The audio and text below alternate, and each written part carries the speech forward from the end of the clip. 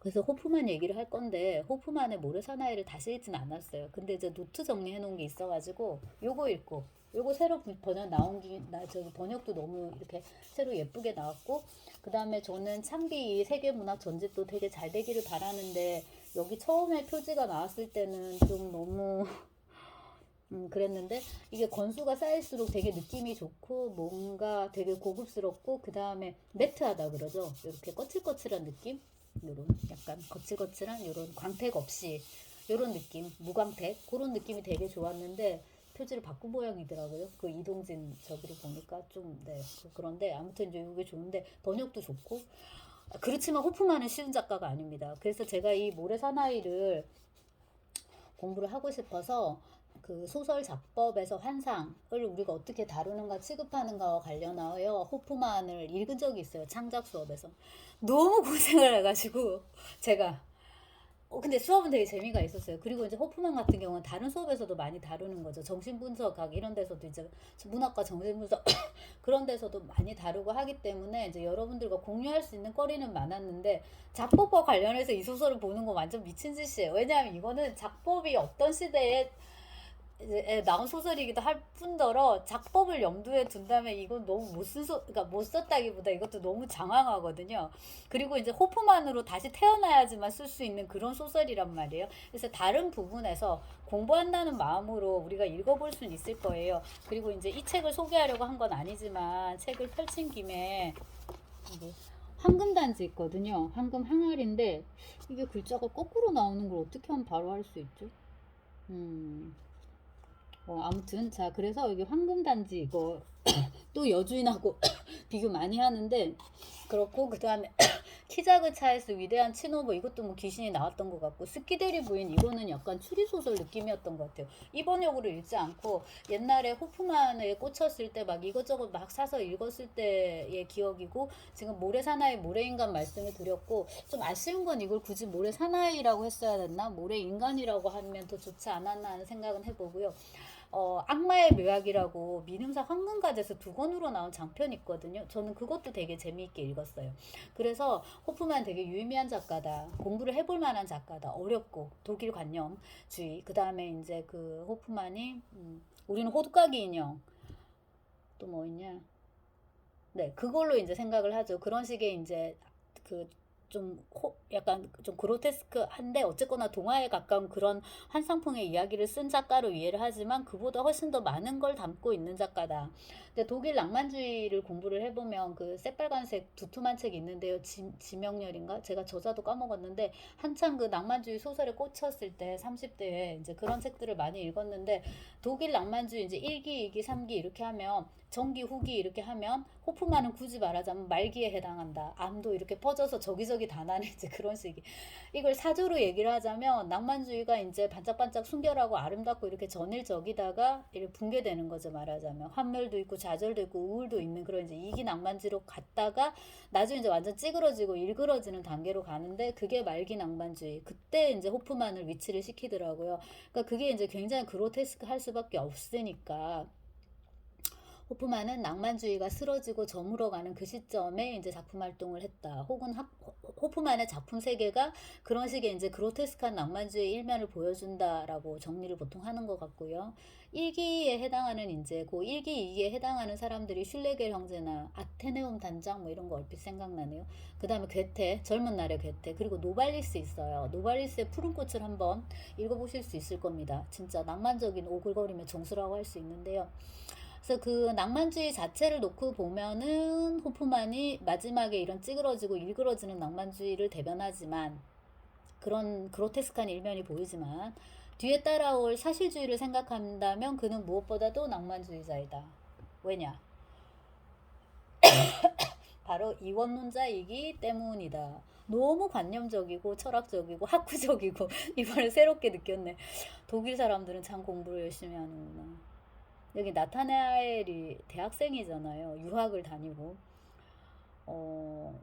그 다음에 그 얘들이 하는 학문이라는 게 관념적이고 철학적인 학문일 뿐더러 그다음에 이 소설에서는 그것이라기보다는 굉장히 실험적인 학문이에요. 연금술이잖아요. 그 나타나엘 아버지가 하는 게. 그 다음에 이제 그 나타나엘이 GC에서 공부를 하고 있는데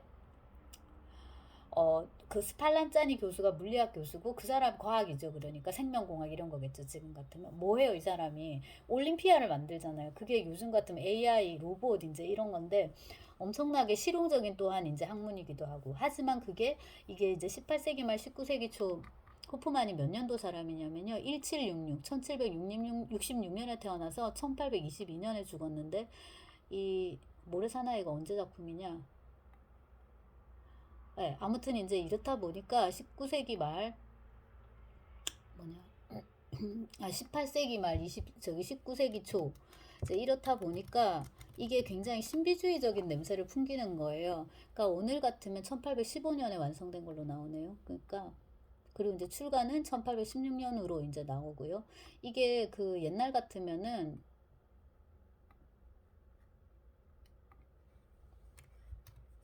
요즘 같으면은 되게 이제 그 과학적인 어떤 그런 거 SF 이런 걸로 될 수 있을 것 같은데 18세기 말 19세기 초다 보니까 이게 되게 그로테스크한 환상하고 같이 맞물려 있고 굉장히 그 점이 징후적이다라는 겁니다.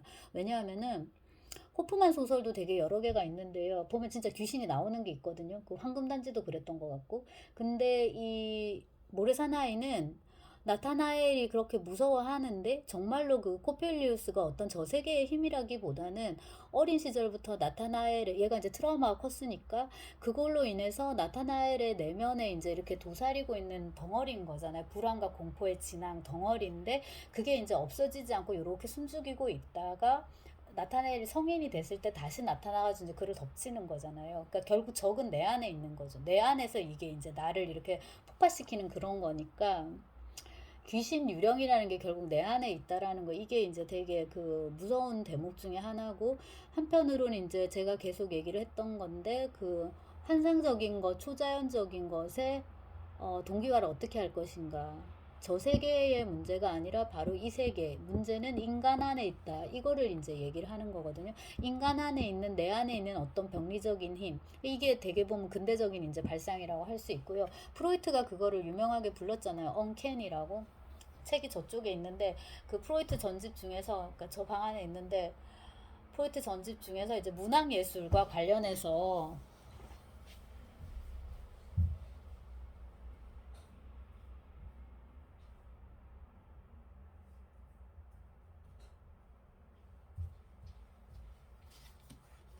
제가 생각난 김에 이것도 좀 자랑을 하고 약간 좀 불만을 표시하자면 옛날 전집이 좋았는데 이 전집이 좀 너무 부담스러운 것 같아요. 아무튼 이제 그런데 여기 예술 문화 정신 분석에 보면 저는 이제 이게 인문학이고 이런 거 문학 텍스트 분석하니까 유의미한 것들이 여기 우리가 많이 보게 되는 거 논문 때문에 많이 보게 되는 것들이 여기 다 들어가 있어요. 다빈치도 있고요. 어머, 네 미켈란젤로 이런 것도 있네. 괴테도 있네. 아마 옛날에 읽었을 텐데 제가 이제 다시 찾아보게 되는 거는 요거죠. 두려운 낯설음이라고 번역한 거 요게 이제 언캔이거든요. 운하임리흐인가? 그러니까 집에 있는 것 같지 않은 이제 이런 거죠. 하이마트. 전자제품 판 하이마트 있잖아. 그게 하임 초코하임, 화이트하임, 하임이 집인데요, 독일에서. 뭔가 불편한 거예요. 집에 있는 것 같은 그런 느낌이 아니니까 기분이 되게 안 좋아요. 언캐니. 그 다음에 여기 보면 도스옙스키와 아버지 사례 있잖아요. 친부 사례 요런 거. 그래서 문학과 관련된 프로이트의 저작을 이제 이게 몇 권이냐.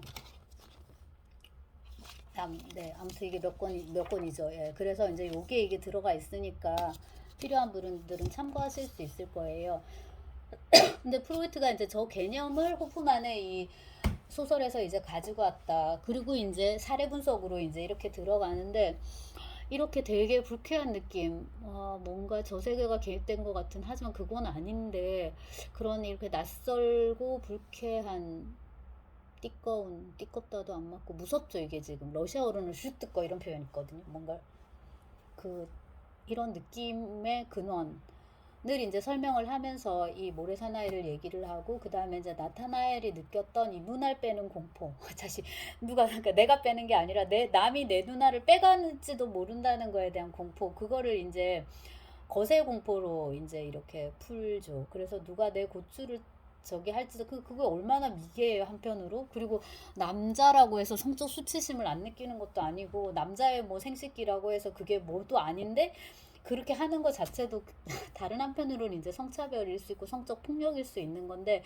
그거를 이제 어릴 때부터 많이 노출을 시키잖아요, 남아들은. 여아들은 또 필요 이상으로 너무 또 막 이렇게 걔들도 똑같이 씻고 위생적으로 저도 마찬가지예요. 위생적으로 씻고 관리를 해야 되고 하는 우리 신체의 소중한 일부인데, 거기다가 너무 많은 메타포를 이제 또 부여를 해서 여학생들의 생식기는 또 너무 막 이렇게 또 하고, 남자애들의 또 생식기는 또 너무 또 반대로 이렇게 너무 드러나는 쪽으로, 이쪽은 또 너무 감추는 쪽으로, 그 둘 다 이제 틀려 먹은 건데, 여기 이제 프로이트가 그 거세 콤플렉스 얘기하는 것도 어느 정도 이해가 돼요. 전통적으로 남아들은 어떻게 되었는지. 그리고 이제 어릴 때 남자아이 남아 선호 사상이 많을 때는 돌사진 찍을 때 팬티 다 벗고 이렇게 내놓고 생식기를 찍고 막 자랑하고, 팬티 열어서 보여주고 얘 아들이라고. 심지어 우리 동네 몇 년 전에 할머니도 얘 손자라고, 누나 있지만 얘 손자, 얘는 아들이라고 자랑하시, 팬티 벗겨서. 그래서 되게 놀랐는데, 그래서 그런 맥락에서 보면은 이런 거세 콤플렉스를 눈하고 또 눈 뽑는 거랑 연결시키는 것도 이해가 되고, 그래서 소설 자체를 제가 아까 작법을 말씀드렸는데, 잘 쓰고 못 쓰고 이런 거를 떠나서 이 안에 들어있는 많은 문제의식들이 있어요. 그래서 이게 지금도 되게 재미있게, 그 다음에 유용하게 읽히는구나 라는 걸 이제 알 수 있고요. 소설 안으로 들어가 보면은 이게 또 나름 서간체 형식이에요. 편지가 세 통이 나옵니다. 네, 세 통이 1번은 뭐냐면 나타나엘이 로타워한테 보내요. 로타워는 친구예요. 고향에 있는 친구인데, 이 로타워가 클라라의 또 오빠란 말이에요. 그래서 이제 그 뭐냐 이게 매형하고 처남 뭐 이런 관계인데요. 그 편지를 저기 로타워한테 썼는데 주소를 클라라한테 써요. 그 클라라가 이 편지를 먼저 보게 돼요. 자, 그렇고 두 번째 편지는 클라라가 이제 먼저 봤으니까 또 나타나엘에게 이제 답장을 하는 거죠. 그 다음에 이제 나타나엘은 삐진 거예요. 내 편지, 내가 너한테 쓴 편지를 클라라가 먼저 봤네? 이러고 이제 답장을 또 로타워한테 보낸단 말이야. 아, 이게 세 번째 건 로타워한테 보내는 거였구나. 아, 그렇네요. 자, 제가 정리를 해놓고도 놓쳤네. 자, 그래서 이렇게 세 개의 이제 편지가 이제 나오고, 그 다음부터는 이제 3인칭입니다. 화자 소설이 나와요. 근데 이것도 작가가 굉장히 의도했을 법한데, 제가 그러니까 레퍼런스들을 막 뒤져보지는 못해가지고, 시간이 되는 대로 이제 그거는 보충하도록 하고, 그거를 다 읽고 나서 쓰겠다라고 하면은 너무 시간이 많이 걸리고, 그다음에 이제 책을 읽고 나서 하고 싶은 말들, 그러니까 책을 읽은 이후에 어떤 이 느낌이 있는데, 그거에 이제 신선도가 떨어지기 때문에 일단은 쓰고, 잘못된 부분이나 뭐 부족한 부분은 나중에 보충해 가는 걸로 지금 그렇게 할 거거든요. 그래서 다시 가면, 이렇게 인물들의 내면이 고스란히 직접적으로 드러날 수 있는 편지라는 형식을 택하고, 그러면 뭐야, 각자 자기 얘기를 할 수가 있는 거예요. 그럼 뭐 어떤 게 진실인지 모른단 말이에요. 그냥 장님 코끼리 다리 만지는 것처럼 일면만 전해주게 되는데, 그거를 정리해주는 누군가가 있어야 돼요. 그래서 3인칭의 작가, 화자, 소설이 또한 이제 나옵니다. 그래서 나름대로는 그 혼란 속에서 어떤 균형 감각 있는 되게 잘 쓴 소설. 그러니까 제가 칭찬할 건 아니죠. 이미 정말 고전이 왜 이게 고전인지 알 수 있는 소설인데요. 자, 1번 편지를 보면 일단 나타날, 여기서 이미 정신이 나갔다. 정신 상태가 이제 온전하지 않다. 그게 이제 제가 조금 얘기를 하자면, 며칠 전에 천국의 행상이 자기를 방문을 했다. 천국에를 사라고. 그의 이름은 주세페 코폴라예요. 근데 글을 보니까 어릴 때 생각이 나는 거예요. 이제 제가 아까 말씀드린 그건데, 집에 항상 저녁이면 변호사가 와요. 코펠리우스인데 늙은 변호사예요. 그거 오면 아버지는 방에 틀어박혀서 뭔가 실험을 하는 것 같아요. 엄마는 글을 되게 싫어해요. 근데 얘가 이게 저들이 뭐 하는지 되게 궁금한 거예요. 그리고 저 사람이 오면 또 애가 달떠가지고, 안 좋은 의미로 잠이 잘 안 와요. 그럼 이제 어른들은 애들을 빨리 재워야 되는데, 애들이 잠을 안 자면 어떻게 해요?